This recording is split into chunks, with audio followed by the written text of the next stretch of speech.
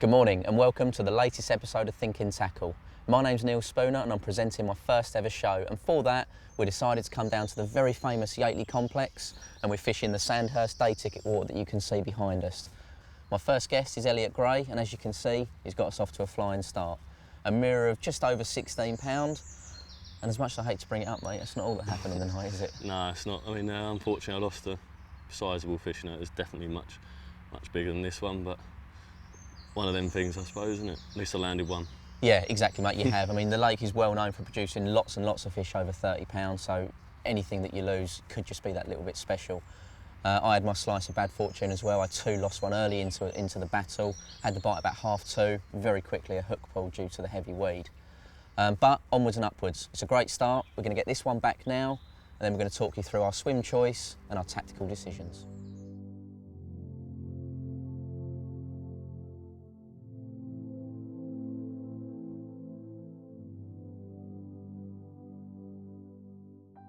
So Elliot, I can see that you've opted to fish swim 3.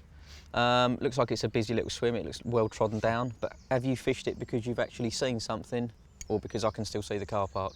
Because it's near the car park. Convenient, yeah. Yeah, closer it is the better. It's much easier, isn't it? No, I've been talking to Tom Dove lately, obviously working with him. We tend to do that quite a lot. He's been coming down here, and he's been having quite a few fish, so he sort of gave me a bit of a heads up on where he thinks they've been holding up. Right, okay. And from what I've seen so far, he was right. And did he give you, I mean, I know Tom can be very specific, did he tell you where exactly he was catching from, or does he just give you a general idea? Yeah, well, I asked him where he's catching from, if I'm honest. Yeah? You know, some people point. are scared to ask questions, but at the end of the day, if you're not doing loads of time on the lake, and even if you are going to do loads of time, you may as well ask people questions. Yeah, totally agree. There's a wealth of knowledge, you know, to be gained from honest people that spend a bit of time on the lake, so you know, ask them a few questions. Yeah. And it's going to help you out, isn't it? If you don't see anything, at least you've got that to fall back on. So just tell us a little bit about the spot you're fishing then. What sort of range, you know? Right, well, basically it's sort of straight out in front of me, probably I think 20 odd wraps, 80 yards. Basically straight out in front almost, maybe slightly right. There's a lot of weed out there, and in amongst that weed there's quite a silty sort of channel, maybe 15 yards wide, 20 yards wide. Right end edge of that, the silt's a bit thicker, there's a bit of patchy weed there, but on the left hand end of it, the silt's really, really glassy, and then just this side of the silt, you just pull onto sort of light gravel. Nice. So I've put 2 rods behind that gravel into the real glassy silt, and over the top of that I've spodded, quite a lot of bait out. I've put a combination of pigeon conditioner, you know, like the aniseed type stuff, activate pellets, and tiger nuts. Okay. Spodded a load of gear out over that rod. Must have been a good 50-60 spods last night. Oh, you gave him quite a lot of bait then? Yeah, there's loads of carp in here. They've just spawned, and I think going to be hungry. Yeah, they're going to be up for it. So put a lot of bait over that rod, and the right hand rod was just fished at the end of that, like the right hand edge of that sort of silty channel, up against where the weed starts. A stiff link, white pop up, just sort of on its own, which is a tactic I've used on here in the past. Just white pop ups, roving the rods. Yeah, just keep them moving. Yeah. And it's done me fish in the past. I didn't catch on that rod last night, but hey ho. Yeah. Just out of interest, you mentioned that you wanted to fish the silt strip in particular. Now, I think that's quite a good point to make to the viewers, because a lot of people, unless they feel the tap tap tap of gravel on their tip, they're not happy. But just tell me and perhaps the viewers why you opt for the silt. Well, even more so on a day ticket lake, you know. Most people prefer to fish gravel. Yeah. You know, security, isn't it? If you land on gravel, generally the hook's going to be fine. And all that. So day ticket lakes with gravel spots, they tend to get battered off of them. Or they would for a while, and eventually they stop getting caught on them so much. You know? Yeah, if there's always a pile of bait on them. Yeah, there's nothing suspicious about silt. There's more silt than there's gravel, and you know, most gravel spots start off as silt areas and they're worn down to them. So on busy lakes, I would rather fish near the gravel. Yeah. Because it's gravel for a reason a lot of the time. But fish into the silt. And we'll come to your rigs a bit later, but I take it you change your rigs in accordance to fishing over gravel or over silt, do you? I do and I don't. When I boilie fish, I quite often will fish pop-ups. Right, okay. Just as a general, and I will fish one on gravel. I've got no issue with that. When I'm particle fishing though, I generally fish with bottom baits. Yeah. Just because of the way they're feeding, you know, a pop-up isn't always ideal. You can catch them on it, no doubt, but If night, they've got their head rooting around in it, why would they want to come up a couple of inches to get their next I don't want mouthful? to foul hook them. And at night, they can't see the pop-ups. In the day, I think you get away with pop-ups because you're actually seeing the bait and actively taking it. At night, you could easily end up hooking one in the cheek or something. So I've opted for 2 bottom baits over the Spud mix and a pop-up on its own. Okay, well, like I said, we'll have a real good look at those later, and I'll get you to talk me through your rigs, the mechanics of them and why they work. Yep. But coming back to the swim location, I mean, you've sort of given me an idea of where you're fishing, pretty much straight out, 2 rods over a nice bed of particle, couple of bottom baits over the top. A mistake that you see a lot of people making is they do exactly what you've done. They put the marker float out, they put a load of bait out, they get rigs on it, and they have a bite at night and don't know, they can't get the rig back out. Because can you tell me what you've done to make sure that you can carry on fishing even if you have a bite after the hours of darkness? Right, well, like I say, first step is obviously put the float out there. Once you've logged where the float is, take a mental note, come up from the float, pick a spot on the horizon. Yeah. Use a horizon marker. So out in front of me, there's a lot of trees. If you look out there, you'll notice there's off to the right hand side. There's quite a flat. Yeah, I can see area that. Of trees. And then it drops down to the left. There's a tiny little V there. Yeah. That's where the right hand rod is. Comes up a little bit over the top of a tree, back down. And there's another little V there. Yeah.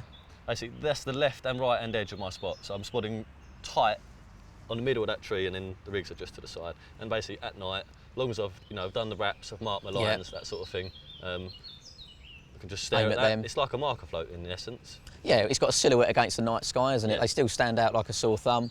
So exactly. You're safe in the knowledge. Be really accurate, even at night. Right. Well, I mean, that's given us a bit of an insight into what you're doing, mate. I'll be honest, I'm trying to catch a fish myself now, so I'm going to pop back to my swim. I'm going to get my rods back out, and we'll come have a rig chat later. Cool.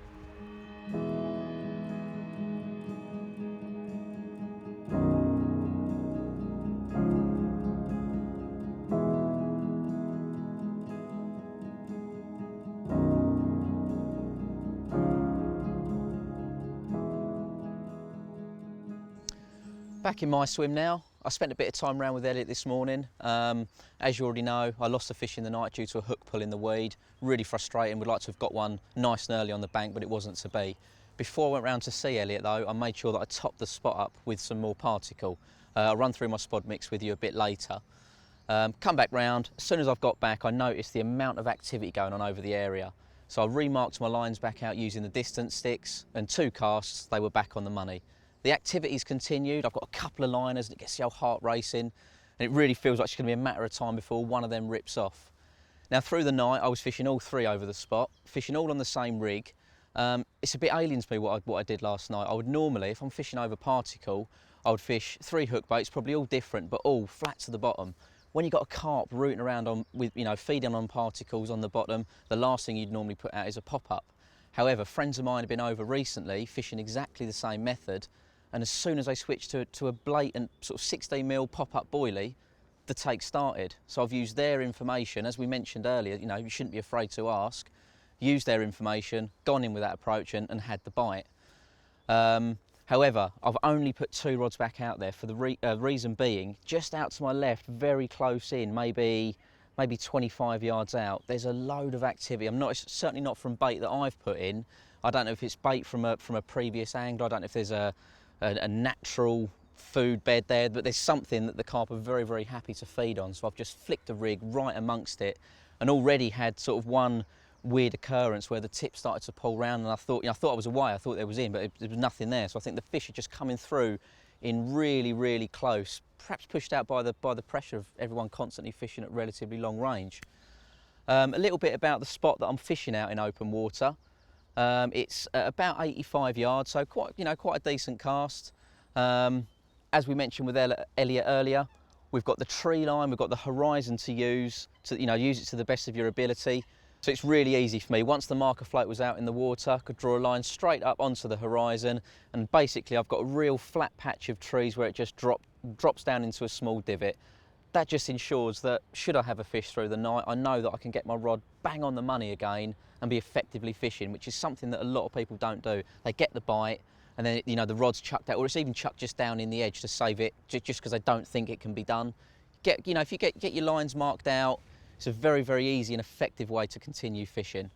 Now, up until about 20 minutes ago, I was getting liners on the over on the particle rods, but they've dried up. Talking to friends from the underwater filming, it was noticed that the fish would often come in very quickly after the introduction of bait, have enough to maybe get bored and filter away. And once the reintroduction of bait happened, either by spud or by hand, that noise coming through just drew them back in, or perhaps different fish in, to start the feeding process again. So in a moment, I'm just going to put 2, maybe 3 spots of bait over the top, and hopefully that will do enough just to draw some fish back into the swim, and this time they might pick up me pop-up.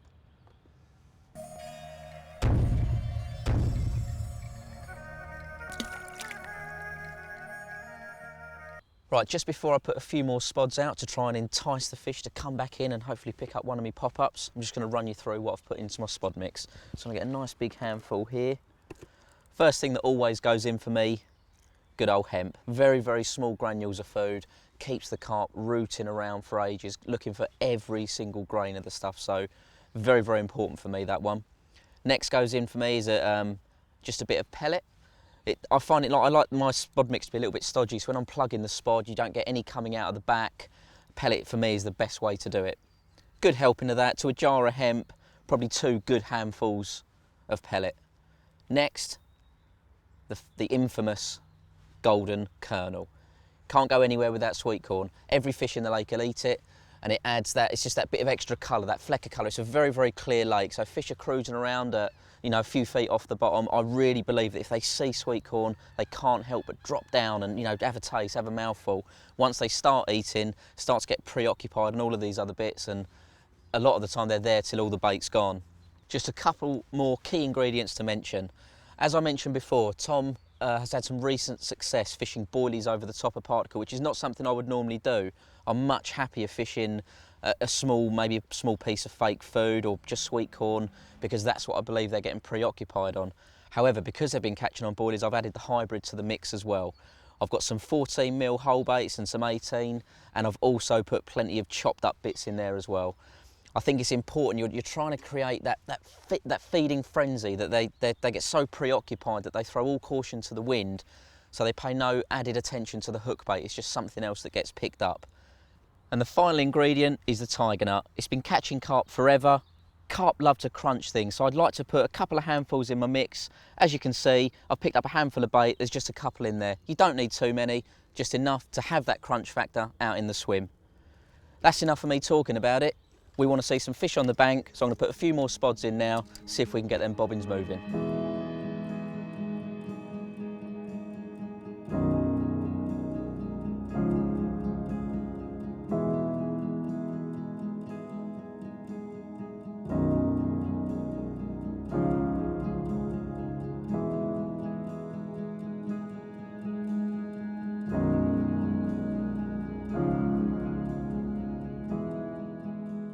That's a bite though.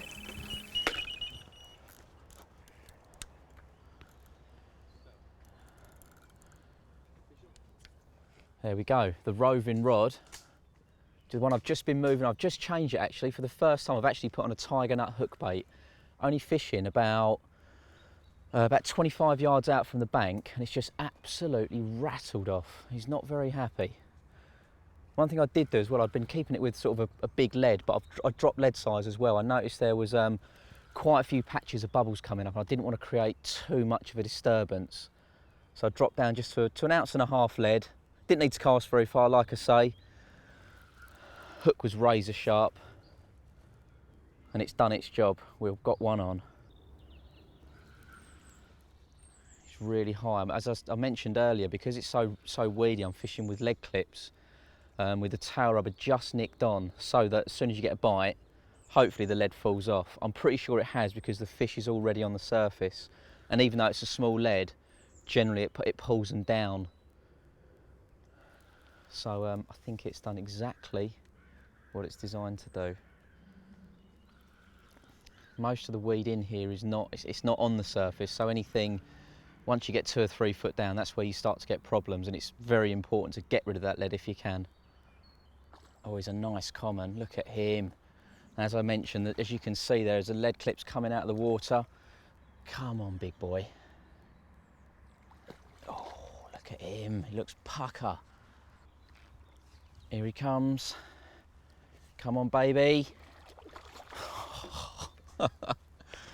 He does not want to be held up for the cameras. Come on, baby. Oh, he's got the line. I hate that. If the line flicks off their fins, you've all been through it and you think you've lost it.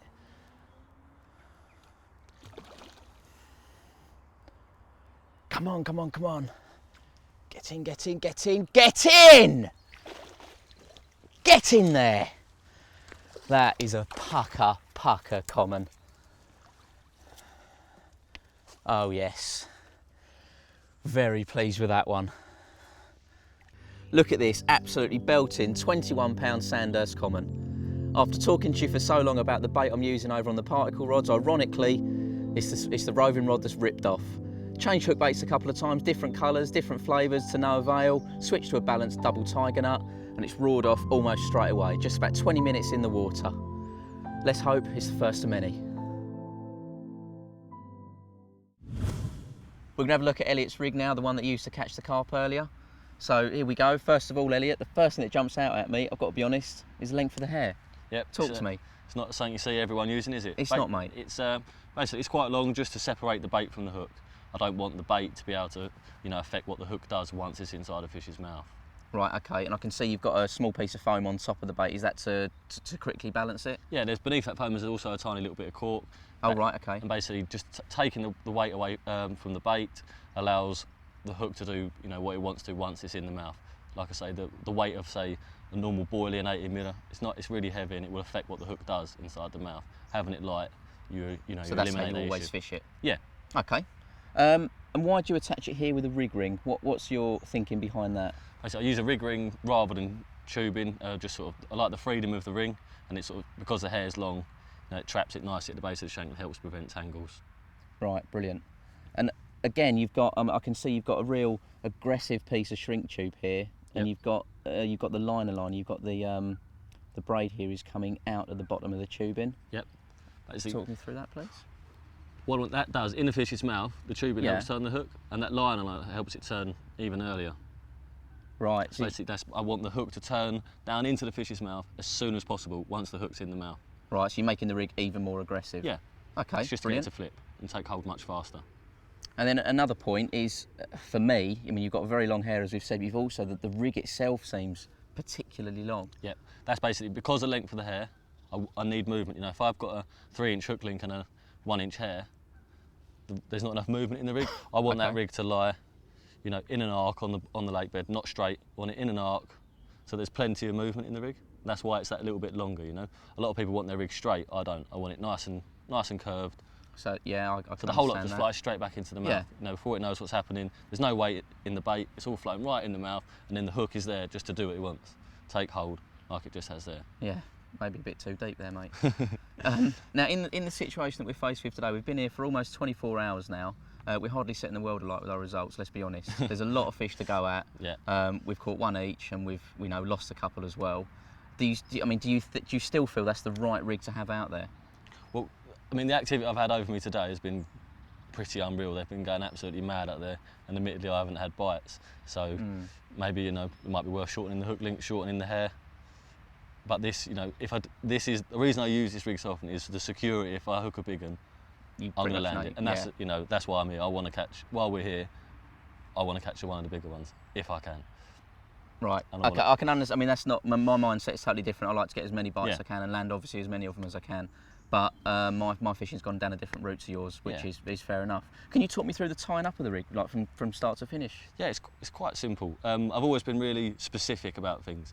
Like I have played with this rig in years gone by, and I've tried to log everything that I've done. Yeah. I know all the measurements. So basically, you take like 15 inches of end trap in 15 or 20 pound, strip back 6 inches of the coating, and then just form a small hair loop, basically just small enough to sit inside whatever bait it is that you're using. 3/4 of an inch or an inch, I mess around. Above the bait, I will fix a micro rig ring. Yep.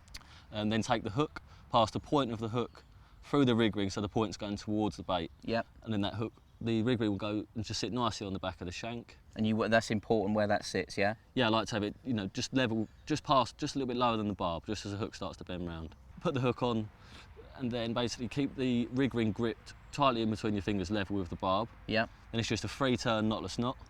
3-turn? Yeah. No real reason for that. I do everything in threes. I do 3-turn grinners, I do 3-turn knotless knots. It allows a bit more movement along the shank, you know. I could use 6, but I think 1 turn, 2 turn, or 8 turns, I don't think they're makes a hold difference. It enough yeah, anyway. Doesn't make a All difference. right, I'll be honest, me. not something I've experimented with, so I've kind of gone with the industry standard, if you like, and stuck to 5-turn. Yeah, so, once you've got the knotless knot, you need to take a piece of shrink tubing. Yeah. But pierce the tubing sort of, rather than go through the hole, you're piercing it just inside, as you can see. Yeah, I'm with you. With a splicer needle with a latch on it. Pass that through the other end, hook that to the end of your braid, pull the tubing down over the eye. And then when you position it on the hook, you need to make sure that where the braid exits the tubing is level with the point. Yeah. Otherwise, you know, if it's off to the side, it's no point doing it. It's just the hook. You need it. And what's that doing? That turns the hook quicker. Like normal shrink tubing will turn a hook as it hits your hand. Having that there just turns it a little bit faster. Okay. So once the shrink tube's in place, you've pulled it over the eye. I guess obviously then shrink it. Yep. This angle you've created is very, very aggressive, but you've shown me where the braid's coming out. That all makes perfect sense. Yeah, the braid you want, when it does come out, you want it just to tuck inside the point. Okay. Some people have their tubing a bit too long, past the point of the hook. I like to have it just inside. Okay, excellent. Quick note about your lead system as well, Elliot, because it's a bit different to the norm. Yeah, it's a 3.5 ounce flat pair, drop off in line. Basically because of the weed, you know, I want the lead off straight away. So as soon as the fish pulls from that way, you're pulling from the other? Yeah, as it pulls, this releases from the lead, and then the lead pops off. Fantastic. And as that happens, the fish will rise up in the water. Cool. There you go. That's been a really good insight into Elliot's bottom bait fishing. And as much as I've enjoyed the chat with him, there's some fish in my swim, mate. I'm going around to catch them. Go do it. Well, I've been chopping and changing a few bits over the particle rods. Nothing's been working. Trying different boilies. Mostly stuck with the boilie approach, but it's not been paying off. After having the bite on the tiger nut, on the other rod, I decided to change one of the rods over to that, and it's been out there probably about an hour. Been topping up the spods regularly, just as I said I would. And I'm very pleased to say it looks like it's paid off. Just absolutely ripped off, like 0 to 60 in about 3 seconds. Come on, fella.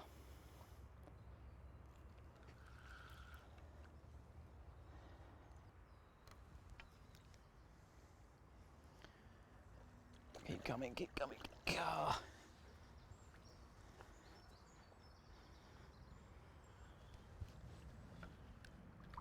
Get in! Oh, it's hard work, this fishing lark.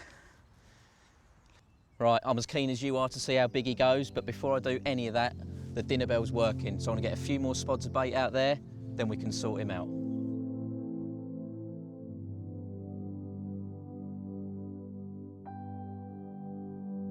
Well, there you go, the result of tinkering. As I said before, the tiger nuts worked on a different rod, so I thought I'd give it a try over the baited area, and it went off about an hour later. That tied in with the constant topping up of the spod, I think is what's caught me this fish, just doing something a little bit different and not just sitting on my bum, basically. Well chuffed. I'm not going to weigh him. He's probably about 18 or 19 pound. He's been through enough. Just going to get him back now, get the rod back on the spot, and hopefully get another one for you. Right, we're coming into the evening now, and despite having had fish all over me for the majority of the day, I still haven't caught anything other than the fish from last night. I've had fish bubbling, showing, they've been going absolutely crazy all over the bait I've been putting out, but somehow I haven't managed to have a bite. I've never had this happen to me before. They really have been going mad, and I cannot hook one. So I think for tonight I'm gonna have a little change around, mess about with the rigs a little bit. Not something I'd normally do, but you know, I'm not one to just sit here and be mugged off by the carp. They've been going crazy all day, and I should have caught more fish than I have. So a change is in order. I'm not quite sure what I'm going to do yet, but I'm certainly going to play around, possibly with the baiting and maybe with the rigs as well.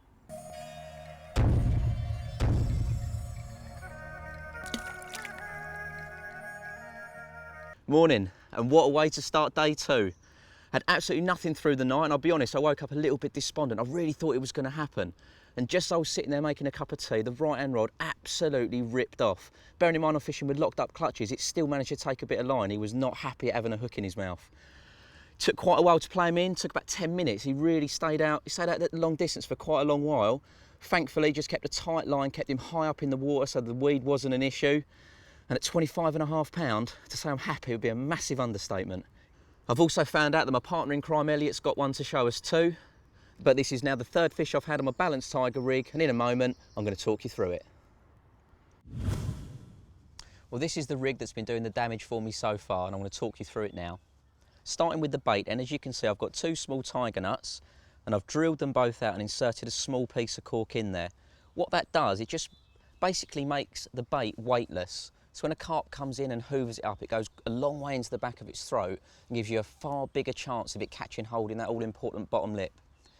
Next thing down, the hair's then tied to a small rig ring, which gives the bait plenty of movement as it runs up and down the shank of the hook. But more importantly, if something does pick it up and doesn't get hooked, when it spits it back out, it's resetting all the time.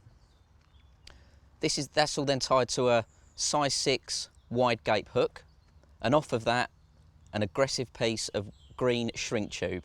That's curved in so that when you do the all-important palm test that I'll show you here, as soon as you start to pull, you see the rig is trying to turn down already, and it's caught firmly in the palm of my hand. That's the same as if it's coming out of the bottom of a carp's mouth. I then have threaded onto my hook link a brown sinker, which I then cover in putty. And what that does, it adds that extra weight as it's pulling down in. That will drop out of the carp's mouth, and again, it's all trying to pull the hook home. Up at the top end, just move the silicone sleeve. I've done a 5-turn grinner knot to a small link loop so that I can quick change the rig. So that as soon as I've got one in the net, I can unclip it, get another rig on, cast it straight back onto the spot again. Before I move on to the lead system, I'm just going to tell you how to tie the rig. First thing you do, take 20 centimetres of end-trap soft. I'm using the 20-pound breaking strain in the weed green colour. Take your chosen hook, mine's the wide gape in a size 6, and tie a very simple 5-turn knotless knot. The next thing you do is thread on a small piece of shrink tube, about 3 centimetres in length. As you can see, I've extended the shank of the hook by quite a bit, and I think that's very, very important for helping the hook to turn far more aggressively. I then thread on a small brown sinker, and as I've shown you here, it's covered with a decent amount of putty, quite a large blob of putty there. The next thing the bit I do here is slightly different to other people. I actually then thread on the rig ring and tie my hair in place where I want it. I don't do that first. I then tie the hair just with an overhand knot. The final end, it's just a very simple 5-turn grinner knot to a link loop so that I can use the quick change system, which is attached to my hybrid leg clip. I'm using a leg clip here. As you can see, my rig gets connected to one end. It's got a fixed swivel through the middle, so you don't have to thread your line through. You tie your main line straight to a formed loop at the opposite end, and in the event of the fish becoming snagged, or in this instance where we're fishing heavy weed, tail robber's only nicked on lightly, and as soon as the fish picks it up, it starts to shake and the lead just falls straight off. Now, as I said, this rig is starting to get me a few bites, but I still don't think we're converting enough. There's lots of activity out over the spot, so the thinking cap's still on, and if I come up with any more changes, you'll be the first to know.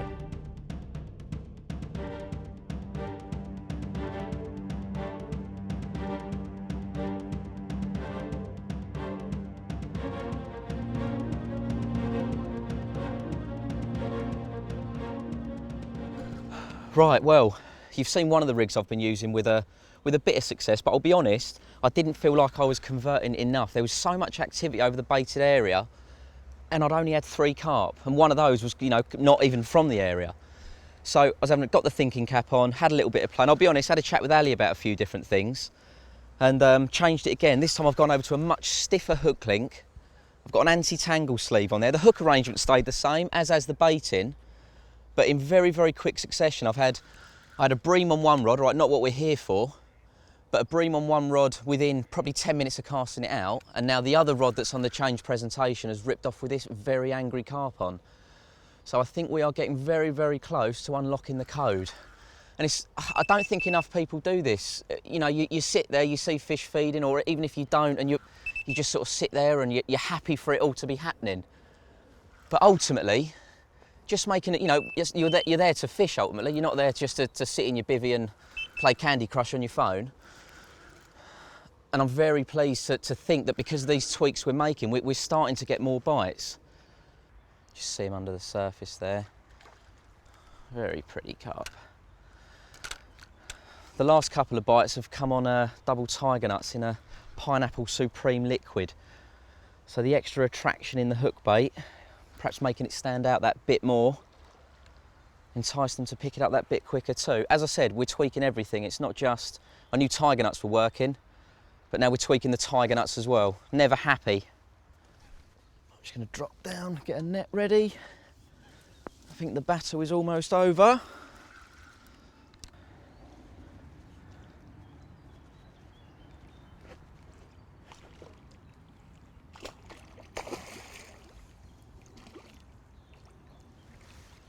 Get in! Another one in the net, happy days. There we go, the plan is starting to come together. There's regular activity over the spot, constant sides of feeding activity, but now we're turning that into bites. I've just landed this pucker 21 pounder, thought like its life depended on it, and I know Elliot's got one on too. So I'm gonna slip this one back and let you guys go and catch up with him.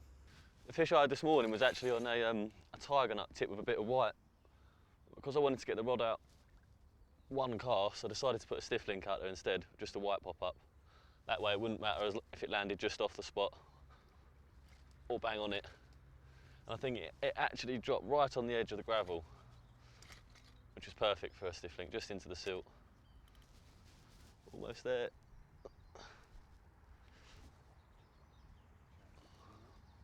Does look, it's not a bad fish actually.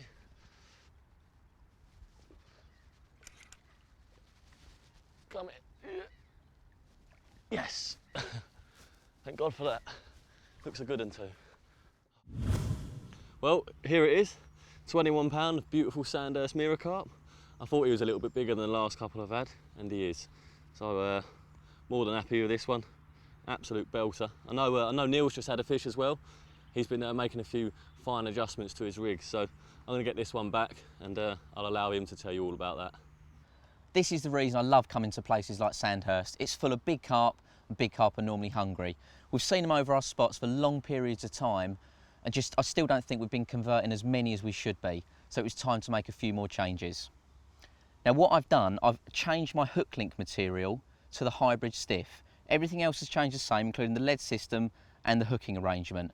But I just felt that there were maybe too many fish getting away with it and the rig wasn't resetting itself as well as it could be. So by changing to a much stiffer material, you can see that if you imagine that the carp was picking this up and spitting out, getting away with it, the rig's being pushed away so that it's laying flat again, ready for the next fish to come along. Now that probably wasn't happening when I was using the softer coated material. I've also added into that an anti-tangle sleeve. You simply slide it onto your hook link before you finish tying it off, and it sits nicely over the swivel on the leg clip. Now this does you a couple of things. As the name suggests, it's helping to prevent tangles on the cast. By pushing it as a boom section, it's pushing it away from the lead during flight. But what it's also doing, when it's flat on the deck and a carp does pick it up, from the underwater footage, we've seen it acting almost like a recoil. Because of the way the leg clip's going to lay, once it's pulled up, it's sort of trying to pull itself back down all the time. So in essence, it's helping to pull the rig into the carp's mouth and get that all-important hook hold. Now, I changed it on 2 rods out of the 3. The right-hand rod had done most of the bites over the baited area, so I left that one as it was and changed the middle and the left-hand rods over to this setup. And unbelievably, within an hour, I'd had a 21 pound carp and a bream. Now, admittedly, we're not here to catch bream, but how many times must my other rigs have been picked up by them and not registered, not hooked, ultimately getting away with it, but just leaving my rig maybe in just a bit of a mess. This just goes to prove that with a little bit of tinkering, you can turn an okay session into perhaps a red letter day. I hope this one turns the same. Now, to complement these changes, I've also made a difference to my Spud mix, which I'll show you now. Now, I felt that with the bubbling that we were seeing, I think they were getting preoccupied on the amount of small bits that I had in my mix. I had a lot of small pellets and I had a whole jar of hemp to the mix. Now, if you can see it now, you can see just only a smattering of hemp, but you can see a lot more bigger items. There's a lot more boilie, a lot more whole boilers as well. Still got some chops in there. Sweet corn next. I've probably tripled the amount of corn I was using. Before I was using half a bag, so half a kilo to a whole jar of hemp. Now when you look at this, you can tell by the colour alone how much more corn I've got in there. There's far more bigger items in general. They're feeding on it now, but more importantly, they're picking up my hook bait and I'm getting the pickups. They're not getting preoccupied on tiny amounts of tiny particles of hemp that I've got no way of presenting on a head to sort of convert into pickups that way. I now feel that I'm that much closer to unlocking the code for this lake on this particular session by making just a few small changes, because that's all they are. they're going to make a big difference, and they have made a big difference to how quickly I'm getting bites. I'm now in a position where I can sit here and say, if I get more chances, I'm going to convert them. I've been sitting here watching the water now for quite a long time, and all the fish I've been seeing shown have been sort of well out of my water straight ahead of me. The right hand rod's done me a couple of bites today, and every now and then I've seen little slicks appearing above the spot. Sort of nothing had happened for around an hour. It seemed pretty dead, and I was considering a move. And then a very small slick appeared over the right hand rod. So rather than move, I thought I'd reach up 2 of the rods as long as I could get them, leave the right hand rod in position, and I was just tying a rig to replace one of the bottom baits I've got out, and the right hand rod's absolutely churned off. It's a tight clutch as well, so very powerful fish.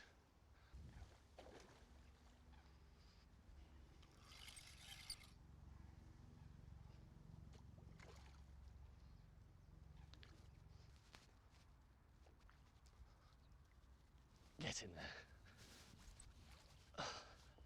Well, here he is, another hard fighting little Sandhurst male. Once again taken on a white pop-up, and they really have changed my day for me today. I've been struggling to get bites over the bait I put out, and without using those white pop-ups, quite easily could have blanked today, so really glad I made that decision to try them. Who knows, I might even show you the rig later on. Well, we're coming to the end of day 2 now, and I've got to say it's been a really good day. Me and Elliot, we've both shared some action, been really positive, made some good changes to bits and pieces, and just as we move into night 3, I think we're in the best position that we've been in since we've been here, and I'm pretty confident we're going to have a few fish on the bank to show you in the morning.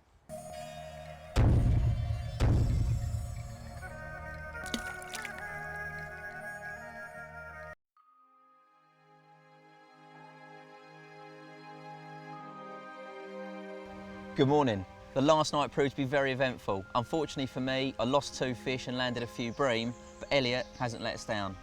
Talk us through it, mate. Well, it's at right hand rod again, out to the right in a really small gravel spot I found yesterday. Sort of did all my bites yesterday, and it's done me another one this morning, so I'm really, really pleased with this one. Yeah, mate, immaculate fish, really, really good looking. Size irrelevant almost, No, isn't it's it? lovely. I love catching carp with a few scales on, and Yeah, this, too right. fits the bill, so really, really chuffed. So out on the right-hand area, I'm guessing it was back on the pop-up rig? Yeah, white pop-up again. My old favourite, never lets me down, that one. So. Right, well it's time to get the carp back in the water, and for all of us, we need to see exactly what goes on with Elliot's pop-up rig. Before we go into the finer mechanics and exactly how the rig works, Elliot, can you just tell us exactly how you tie it up? Because it looks a bit fiddly. Yeah, it is. It is fiddly, yes.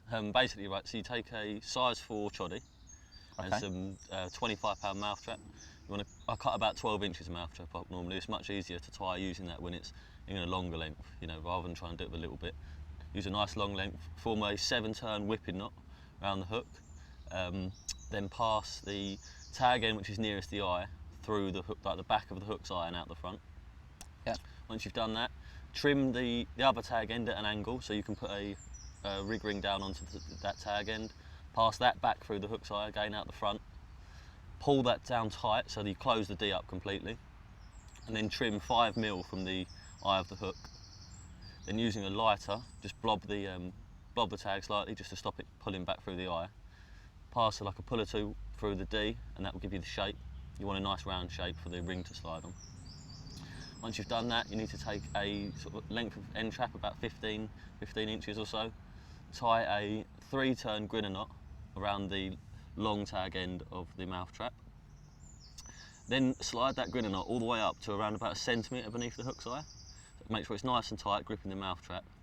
And then form another grinner knot, keeping the loop really small as you pass the tags through, just a 2-turn grinner.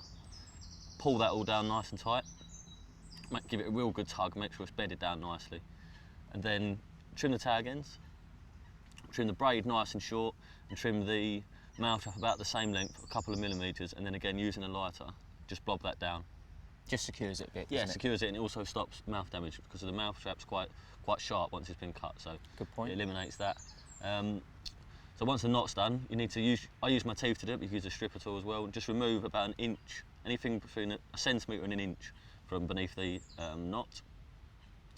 9 inches from the where the knot is, I then tie a grinner knot to form a loop rather than use a figure of 8 or like an overhand knot.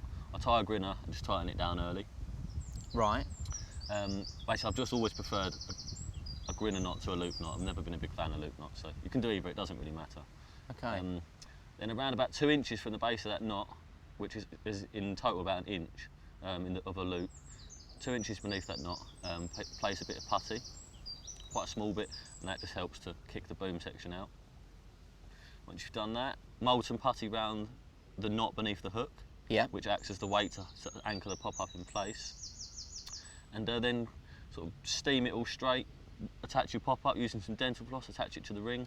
And then you need to check it in the edge and just trim the putty off until it's sinking nice and slowly. Do you like to fish it critically balanced? I want it to sink really, really slow. And I suppose that helps with the boom, doesn't it? Yeah. That helps it make sure it push away. It'll always push out straight. Basically, Okay. the pop-up will take on a bit of buoyancy, so if it's sinking really slowly when you drop it in the edge, after a couple of hours, it'll be about bang on. Okay.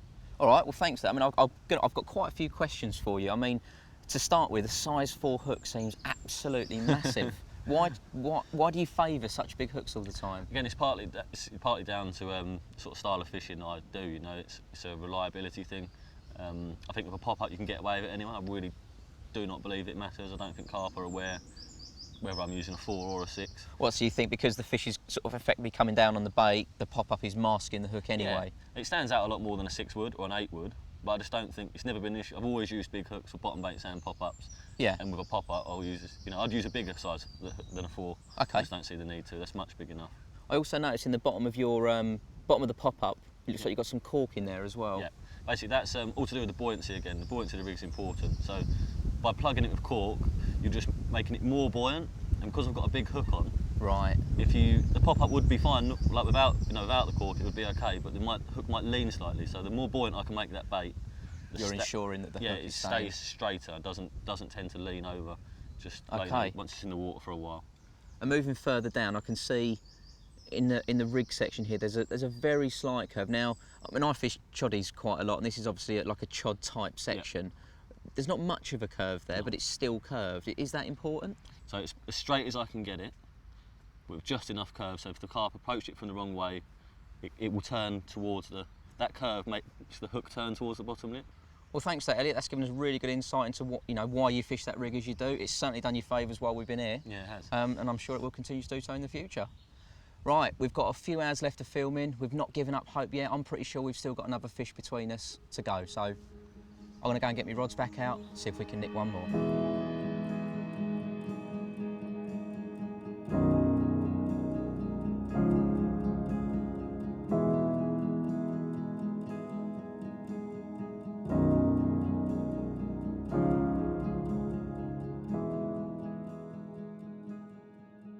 I think we're going to win. He's gulping. Come on, mister. And we've got him! Get in! Oh. All of a sudden, the 2 lost fish in the night, they don't matter anymore. We've just landed a beautiful, beautiful common. Look at him. We were literally, after just weighing that fish, we were about to do the close of the show, obviously using the common, and the same rod, I flicked it back out and it's absolutely ramped off again. They're properly getting on the bait at the moment, so people have got to go soon. It's been eventful though, hasn't it, mate? It's been wicked fun. It's been really good fun. From start to finish, I mean, we've not stopped working. Between us, I've done more of me, perhaps on the baiting side of things and the rigs, but you've Changed my approach almost. Yeah, you have. You've had to. Like you said, the fish kind of left your area a bit, but rather than just sitting on your hands and hoping for them to come back, you started to look for new spots, find new areas to perhaps try and target them where you thought they might come to. It's paid off, which is nice. It's always nice to, do something hoping for a change and it actually to work. So. Yeah, absolutely, mate. Big lungful of air, couple of tiger nuts poking out the side of your mouth, and we've got him in the net. Good work, Elbow. I thought it snapped then. Cheers, mate. He's a nice colour. Well, what an absolutely stunning way to finish the session. I've had 2 bites in the space of about 20 minutes, the biggest being this ridiculously stunning 28.4 common, and my partner in crime here helped me with this one at £20 too. I've absolutely loved presenting my first episode of Thinking Tackle. I've loved having Elliot as my guest. I hope you've enjoyed yourself, mate. I've absolutely loved being here. It's been great fun. We've caught some lovely carp and finished in the perfect way, I suppose. Yeah, I think you're right, mate. It's going to take some topping from us, that's for sure. All that's left for me to say is for more information on the show and tips and tricks, please visit thinkingtackle.com. And if me and Elliot see you on the bank, remember we both like a hot drink, preferably with 1 sugar. See you then.